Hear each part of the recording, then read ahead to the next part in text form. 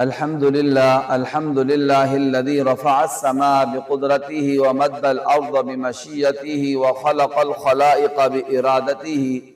ثم استوى على العرش كما يليق بجلاله. والحمد لله الذي في السماء عرشه وفي الأرض سلطانه وفي البحر سبيله وفي الجنة رحمته وفي النار عقابه. وأشهد أن لا إله إلا الله وحده لا شريك له وأشهد أن سيدنا وسندنا ومولانا محمدا عبده ورسوله. أما بعد، بسم الله الرحمن الرحيم. لقد كان لكم في رسول الله أسوة حسنة. صدق الله العظيم. وعن أنس رضي الله عنه ما علمت النبي صلى الله عليه وسلم أكل على سكرجة قط ولا خبز له مرقق قط ولا أكل على خوان. قيل فعلى ما كانوا يأكلون؟ قال على السفر. صدق رسوله النبي الكريم الأمين الرؤوف الرحيم. وہ آیا جن کے آنے کی زمانے کو ضرورت تھی، وہ آئے جن کے آنے کی زمانے کو ضرورت تھی، وہ آئے جن کے لیے بے چین فطرت تھی، وہ آئے نغمہ داود میں جن کا ترانہ تھا، وہ آئے گریہ یعقوب میں جن کا فسانہ تھا، وہ آئے جن کے لیے مضطرب تھی وادی بطحا، وہ آئے جن کے قدموں کے لیے کعبہ ترستا تھا، وہ آئے جن کو حق نے گود کی خلوت میں پالا تھا، وہ آئے جن کے قدموں سے عرش اعظم پہ اجالا تھا۔ میرے محترم سامعین و ناظرین اکرام، السلام علیکم ورحمۃ اللہ وبرکاتہ۔ آج 7 اکتوبر 2025 کے اس بیان میں نے آپ کے سامنے پیارے نبی حضرت محمد مصطفیٰ صلی اللہ علیہ وسلم کی ایک حدیث پاک پڑھی ہے۔ آپ کو پتہ ہے کہ ہمارا درس چل رہا ہے ہمارے پیارے نبی صلی اللہ علیہ وسلم کا کھانا پینا کیسا تھا، حضور صلی اللہ علیہ وسلم کے گھر میں کیسے گزارا ہوتا تھا، پھر ہمارے پیارے نبی صلی اللہ علیہ وسلم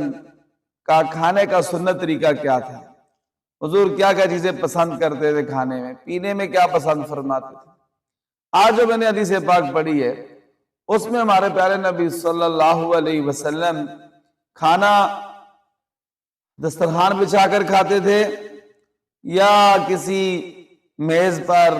کھانا رکھ کر پیارے نبی حضرت محمد مصطفیٰ صلی اللہ علیہ وسلم کھاتے تھے۔ یہ حدیث پاک مشہور صحابی رسول حضور صلی اللہ علیہ وسلم کے خادم خاص حضرت انس رضی اللہ تعالی عنہ سے روایت ہے، اور یہ حدیث پاک بخاری شریف میں موجود ہے۔ یہ حدیث پاک دونوں میں آتی ہے، بخاری و مسلم دونوں میں آتی ہے۔ بخاری شریف میں ہے کتاب الاطعمہ میں، اور اس میں انس رضی اللہ تعالیٰ عنہ فرماتے ہیں کہ ما علمت النبی صلی اللہ علیہ وسلم اکل علی سکرجۃ قط، میں نے پیارے نبی حضرت محمد مصطفیٰ صلی اللہ علیہ وآلہ وسلم کو کبھی نہیں دیکھا کہ آپ صلی اللہ علیہ وآلہ وسلم کسی چھوٹی سی پلیٹ میں یا چھوٹے سے تختے پر یا ٹرے پر کھانا رکھ کر کھاتے ہوں، یعنی کسی بھی چھوٹی تشریح چھوٹی چھوٹی پلیٹیں اس میں کھانا رکھ کر کھاتے ہوں، یا حضور صلی اللہ علیہ وسلم کسی بڑی ٹرے میں رکھ کر کھانا کھاتے ہوں، یا پیارے نبی صلی اللہ علیہ وسلم کوئی تختہ لگا کے آگے تھوڑا سا جیسی پھٹی لگی یہ اونچی ہوگی ایسے کسی اونچے تختے پر رکھ کر کھانا کھاتے ہو۔ میں نے کبھی بھی پیارے نبی صلی اللہ علیہ وسلم کے بارے میں ایسے میرے علم میں نہیں آیا، حالانکہ انہوں نے حضور صلی اللہ علیہ وسلم کی 10 سال خدمت کی تھی، آپ کے ساتھ رہتے تھے، آپ صلی اللہ علیہ وسلم کے ساتھ 10 سال خدمت کی، 10 سال ساتھ رہے، لیکن کبھی میں کہتے ہیں میرے علم میں یہ بات نہیں آئی کہ پیارے نبی صلی اللہ علیہ وسلم نے ایسے کھانا تناول فرمایا ہو۔ وَيَا خُبِزَ لَهُ مُرَقَّقٌ قَطُّ، اور فرماتے ہیں کہ پیارے نبی صلی اللہ علیہ وسلم کے لیے کبھی چھنے ہوئے آٹے سے باریک روٹی جیسے چپاتی کہتے ہیں یہ پکائی گئی ہو، یہ بھی کبھی نہیں پکائی گئی۔ یعنی جو جیسے ہمارے گندم کا آٹا ہوتا ہے، ہم چھان کر اس کو پکاتے ہیں اور پتلی پتلی ہم روٹیاں چپاتیاں پکاتے ہیں، تو پیارے نبی صلی اللہ علیہ وسلم کے لیے ایسی روٹی بھی کبھی نہیں پکائی گئی۔ جوں کی روٹی پیارے نبی صلی اللہ علیہ وسلم کھاتے تھے، تناول فرماتے تھے۔ وَلَا أَكَلَ عَلَى خِوَانٍ، اور پیارے نبی حضرت محمد مصطفیٰ صلی اللہ علیہ وسلم نے خیوان پر بھی کبھی کھانا نہیں کھایا۔ خیوان کہتے ہیں عربی لغت میں خیوان اسے کہتے ہیں کہ تھوڑا سا اونچی سی کوئی چیز بنی ہو جس پر رکھ کر کھانا کھایا جائے، کوئی پھٹی کی ہو، کسی چیز کی بھی ہو۔ آپ نے دیکھا بھی ہوگا کہ بعض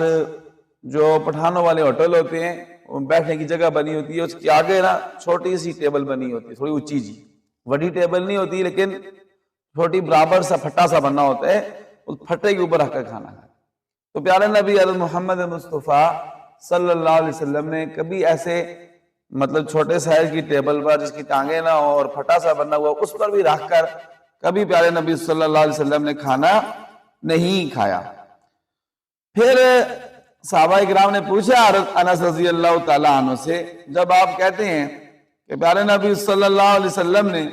کسی تشتری میں اور کسی چھوٹی پلیٹ میں، کسی ٹرے میں رکھ کر بھی کھانا نہیں کھایا، اور آپ صلی اللہ علیہ وسلم نے باریک چھنے ہوئے آٹے کی روٹی بھی نہیں کھائی، اور آپ صلی اللہ علیہ وسلم نے کسی تختے پر رکھ کر بھی کھانا نہیں کھایا، تو پھر فَعَلَىٰ مَا كَانُوا يَأْكُلُونَ، پھر سوال پوچھا گیا کہ پھر پیارے نبی صلی اللہ علیہ وسلم کس چیز پر کھانا کھاتے تھے؟ آپ اور آپ کے جو آپ کے ساتھ صحابہ اکرام ہوتے تھے تو وہ کھانا پھر کیسے کھاتے تھے، کس چیز پر کھانا کھاتے تھے؟ تو حضرت انس رضی اللہ تعالیٰ عنہ فرماتے ہیں علی السفر، کہ وہ دسترخوان بچھا کر کھانا کھاتے تھے۔ دسترخوان وہ کبھی چمڑے کا ہوتا تھا اور کبھی کپڑے کا ہوتا تھا، اس کو زمین پر بچھا کر تو اس پر کھانا رکھ کر تو پیارے نبی صلی اللہ علیہ وسلم اور آپ کے پیارے صحابہ اکرام رضوان اللہ تعالیٰ علیہم اجمعین کھانا کھاتے تھے۔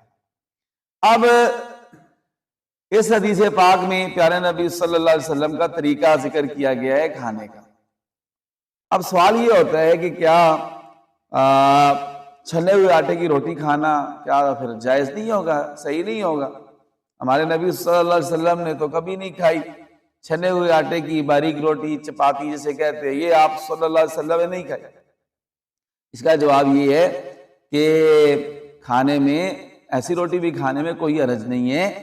یہ کوئی حرام نہیں ہے، بلکہ پیارے نبی صلی اللہ علیہ وسلم کی ایک عادی سنت عادیہ ذکر کی گئی ہے کہ آپ صلی اللہ علیہ وسلم اس وقت گندم کا آٹا ملتا ہی نہیں تھا،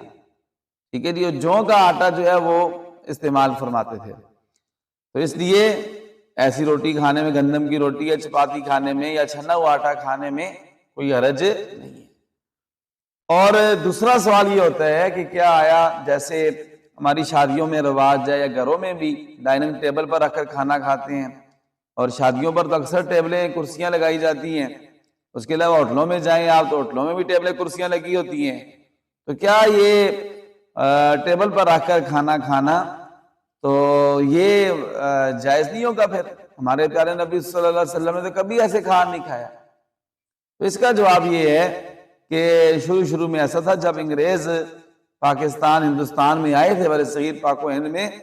تو یہ انگریزوں کا طریقہ تھا کہ انگریز ٹیبل پہ کھانا کھاتے تھے اور مسلمان سارے جو ہے وہ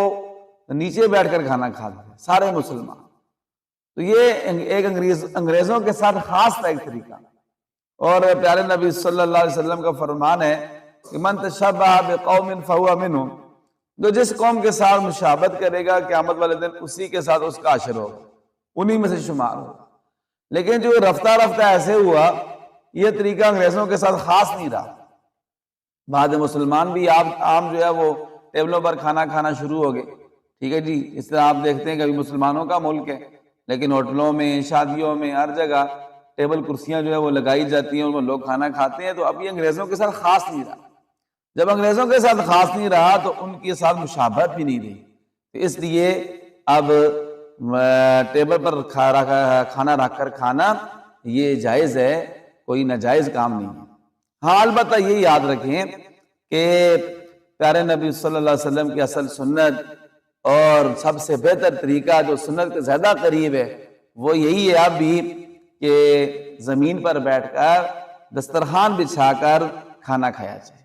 اس میں کھانے کی عزت اور احترام جو ہے وہ زیادہ ہے اور یہ سنت کے زیادہ قریب ہے۔